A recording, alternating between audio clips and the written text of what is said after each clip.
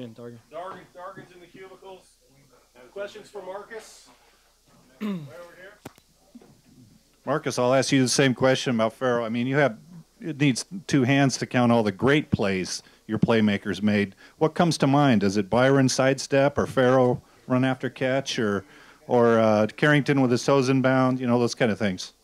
Yeah, I mean, all those guys made huge plays today, and my hats off to those guys. We know that they have those capabilities in them, and just to see them do it on the field, it just shows what they've been doing out in practice.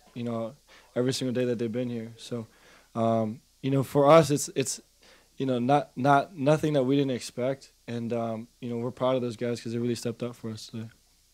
Reggie Daniels is in the cubicle area, back left. Molly. Marcus, this isn't a football question back here, but are you keeping track of the weather in Hawaii? A little bit. My brother, their playoff game got pushed up early due to the weather. My folks are kind of keeping me posted, but it doesn't seem like it's too bad right now. Thanks for asking. Hey, Marcus. Coach said that Farrow's been growing up this season. On the football field as a player, and also he's had 2 unsportsmanlike penalties, but he's just growing up. What have you seen from him this season in his progression off the field and on the field?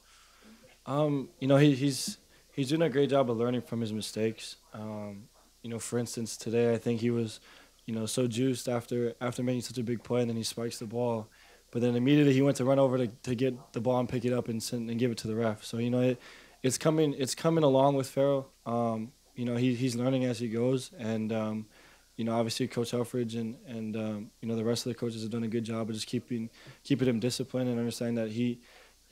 Everything that he does, he has to take responsibility for. And, he's really learned from his mistakes. And, he's made so many good plays for us this year. And, we're going to have to count on that guy. Back right, Tom. Marcus, back here, can you talk about just what the whole night sort of meant to you, if anything, to see, the whole Kenny Wheaton thing and the '89 team, which a lot of people believe this whole thing kind of started back then under Coach Brooks. And then second part of it is you and number 8 on their team had a nice back and forth during the game, kind of a ongoing plays back and forth between you guys. Yeah, first off, the atmosphere of this game, everything that we were able to kind of pay homage to was really cool. That's something that, these are the reasons why you come back to school, is to kind of enjoy experiences like this. And to be able to see those guys, especially Kenny Wheaton, and, to see him up and just kind of enjoying that moment, which signified such a huge turnaround in this program.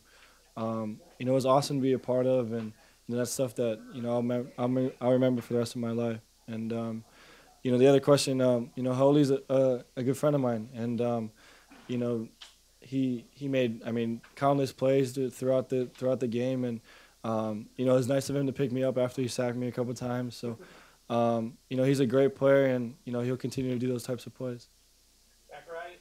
As the weeks go by, how much more confident are you getting in handing off to Royce, and what kind of changes are you seeing in him? Hats off to that guy and also the offensive line. They really created holes for him to run through, and Royce, I don't know how to explain it. He's done amazing things all year, and for him to continue to have his success, he's going to continue to learn, and he's got such a high ceiling, and we're very excited for that guy, and obviously we have all the confidence in the world in that guy, and we'll continue to see plays from that. Second row middle.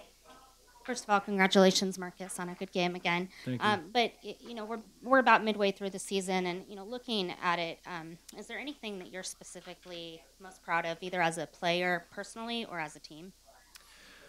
Battling through that Arizona loss and coming to the Rose Bowl and to beat UCLA was probably what I pride our team in, and what this team is probably most proud of, just because it could have been so easy for us to just kind of lay low and just let one loss be 2, and proud of those guys in the locker room because they've continued to battle, and just kind of see the confidence within those guys, especially after what happened last week, to battle through a little adversity, and then to see that confidence kind of carry over into this game. It says a lot about these guys, and we're going to continue to take that confidence and see where that goes with this rest of the season. We're going a couple more. Tyson.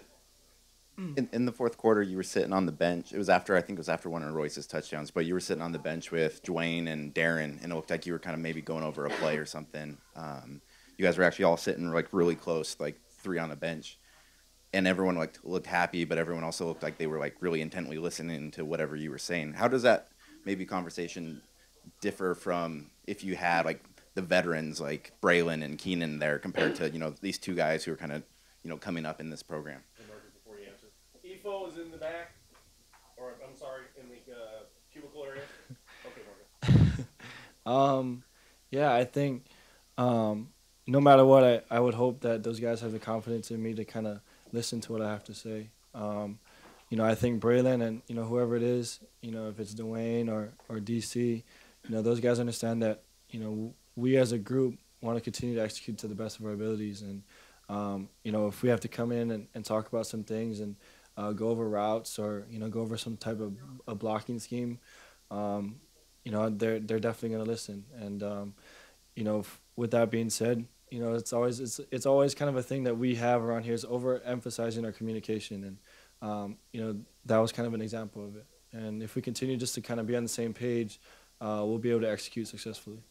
Jay in the middle. Marcus, this is probably the toughest question you'll get tonight, but what does your shirt mean?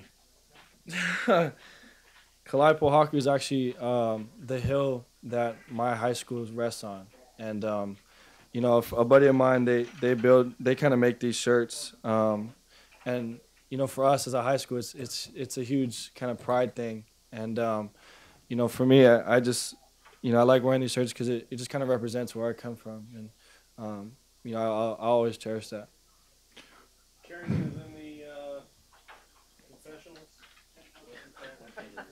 Cubicles. There actually used to be confessionals. Last question right here. Hey, Marcus, what's it feel like to beat the Huskies again? And then could you please expand on the playmaker thing? Lowe, injured last week, didn't play this week. Devin, I think 1 or 2 catches the last 2 weeks. Looks like you guys are really evolving offensively. So I guess I got in 2 questions, sorry. Yeah, I've already forgot your first question. Oh yeah, I mean it's awesome. For this community, for the university, it's definitely a special time, and whenever you can beat the Huskies, it's definitely raises the pridefulness around here, and that's always a huge win every year, and we're thankful for it. It was a great game, and hopefully the community will enjoy this one. And for your second question, I mean, these guys, all have the ability to make plays like that, and we trust them, and we have all the confidence in the world. We understand. Coach always talks about the next guy up, and unfortunately Keenan got hurt, and he'll get healthy as fast as he can. But we have guys around here that are willing to step up and have those abilities to kind of change the game, and we got to find ways to get those guys the ball because they're going to continue to make plays like that. Thank you, Marcus. Thank you.